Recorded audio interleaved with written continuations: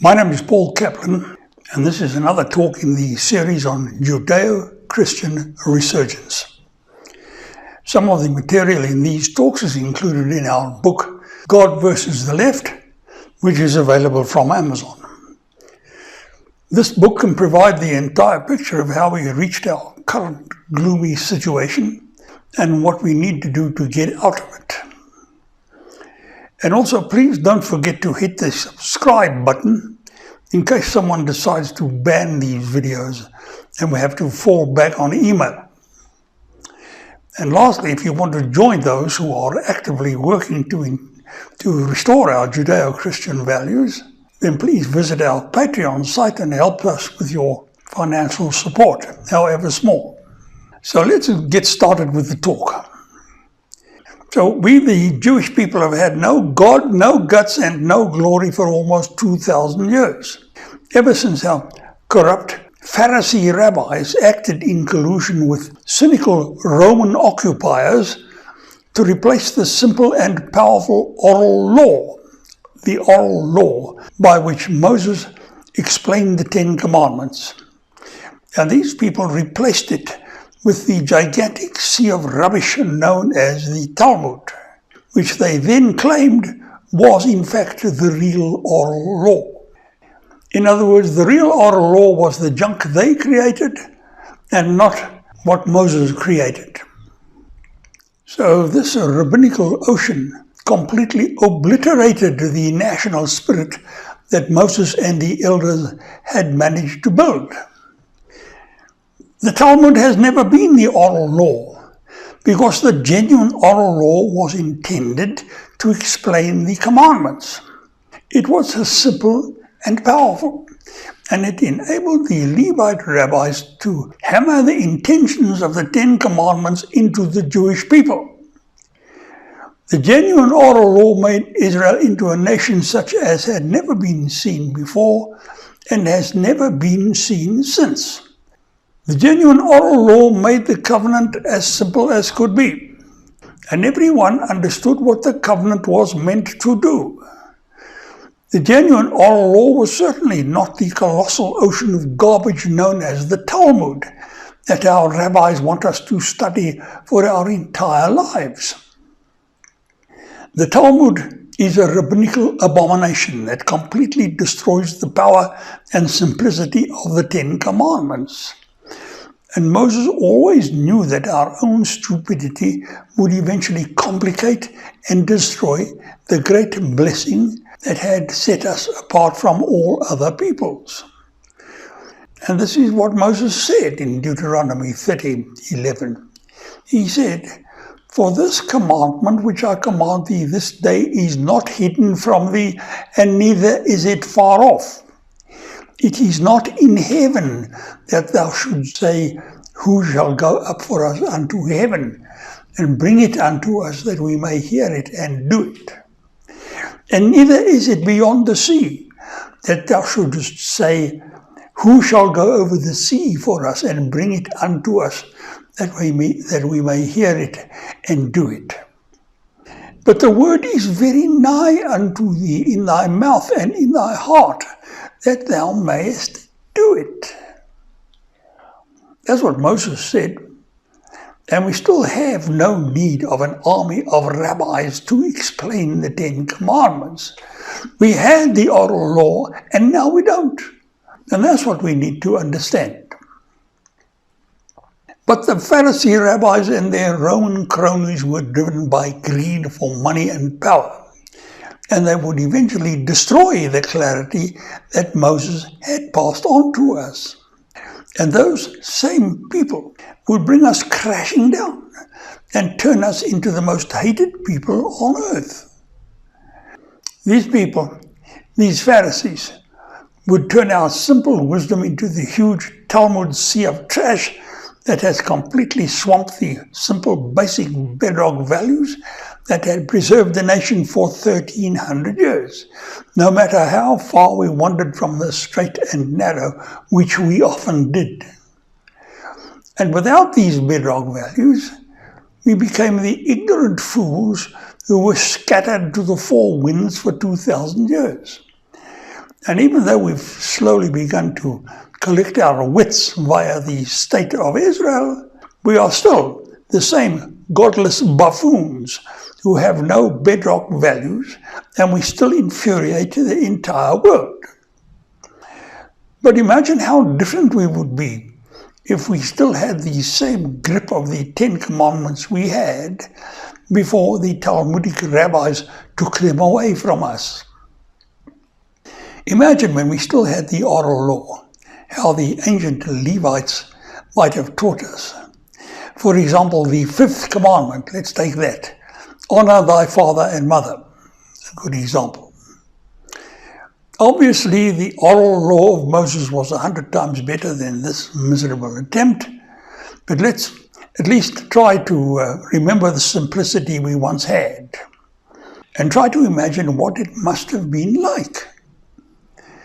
So let's imagine a highly trained Levite, or even Jesus, who was the best of the lot, expounding the 5th commandment that we should honor our father and mother. Imagine how such a man would hammer into you that everything you own today and every opportunity you now have was given to you by those who came before you. Imagine him telling you that your parents built or preserved your inheritance, and that they fought and died to preserve it. That they built and preserve everything you take for granted, such as your own children now take your own efforts for granted.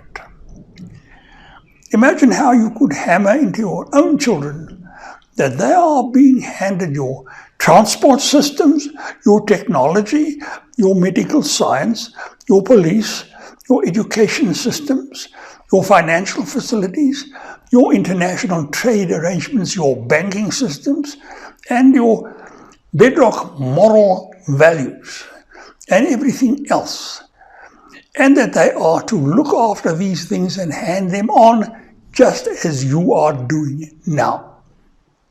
And compare this with your current Talmudic buffoonery and your miserable failure to pass on these values to young people, and your useless and futile nonsense, such as putting on a tefillin, or the Christian embarrassment of taking the Eucharist. Can you see how useless and ridiculous you and your synagogue and your churches really are? And how your own children regard your so-called wisdom with contempt and cannot wait to get rid of everything you stand for. They burn your national flags, they remove your monuments, they hold your courtrooms in contempt, they allow criminals to run free, they flout your national borders, they dishonor your school teachers, they insult your police, and gently spit on everything you represent, without knowing what to put in its place. All they are left with is fear and despair, because you have given them no God, no strength, no guts, no glory, and no hope. This ruination is the legacy of the Jewish failure to uphold the 10 bedrock values of the covenant. And this is why the Jews are so universally detested. This is what we get from allowing the rabbis to raise their Talmud above the 10 commandments of the covenant of Sinai. Now, we Jews are not the only ones to blame for this situation, but we are indeed the only ones who could possibly fix it. The Christians can no longer do this, because the Christian faith has run its course and is coming to an end, just as foreseen by Jesus in his phrase, when the days of the Gentiles are fulfilled.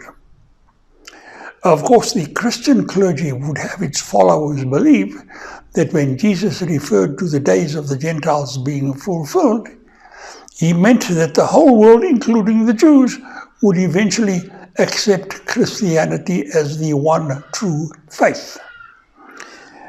But Jesus actually meant nothing of the sort. He meant that the Christian faith would eventually disintegrate which is precisely what is taking place. And he made it clear that when this took place, the whole world would descend into chaos, just as we are now witnessing. The current form of Christianity will never again be master of Western civilization.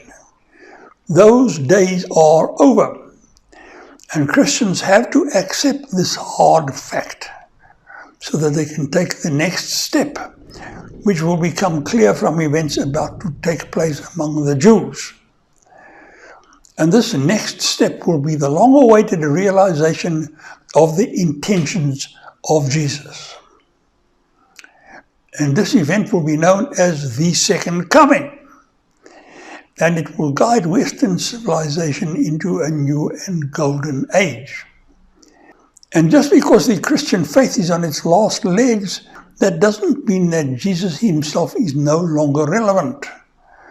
On the contrary, his legacy is about to make its long-awaited appearance in the modern world, the only difference being that his arrival will take place amongst his own Jewish people and no one else. But only if we Jews are able to understand what Jesus did will we be able to rescue our failing Western civilization and rid ourselves of the hatred that has dogged us for 2,000 years. Unfortunately, most Jews will not understand that Jesus fought to the death to prevent the Roman-backed Pharisee rabbinate from foisting their abominable Talmud upon the nation. Most Jews will not accept that the Talmud has deprived us of our oral law and of our understanding of the vow we made at Mount Sinai to honor the covenant of the Ten Commandments. Actually, our brilliant Apostle John expected that only 144,000 of us would have the brains to understand what Jesus did, what he intended.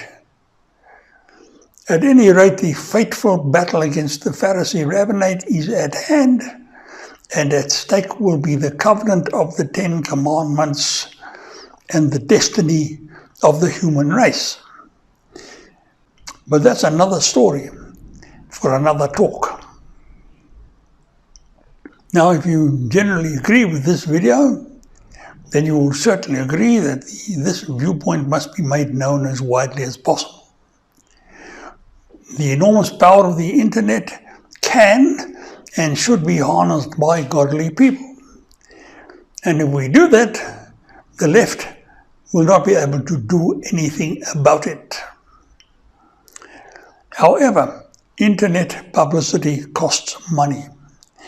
And if ever there was a case for crowdfunding, it is here and now. And your financial contributions to our Patreon site, however small, can form a mighty river that can move people to action all over the world. You may also want to read our book, God versus the Left, which provides the broad biblical picture of where we are and where we need to go. And this book is available from Amazon. And finally, your comments and suggestions are just as essential as your financial contributions and will be most welcome here and on our Patreon and Facebook sites. No one can handle the magnitude of an event such as the Second Coming without the help of millions of decent people. And please don't forget to click the subscribe button, because we'll have no shortage of enemies wanting to ban these videos. And we may have to rely on email to get these videos to you in the future. So this is Paul Kaplan signing out and advising you that we'll be releasing new videos at approximately 1 per week. So until then, thanks for your time and attention.